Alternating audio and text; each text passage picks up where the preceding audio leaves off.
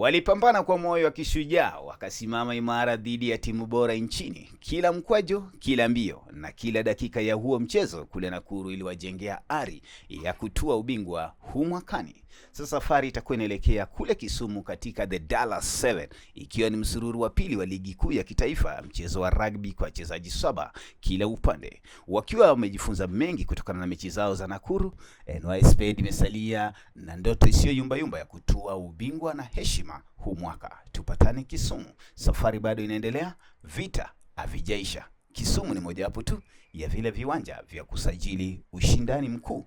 Kama kawaida ni ite Skyva.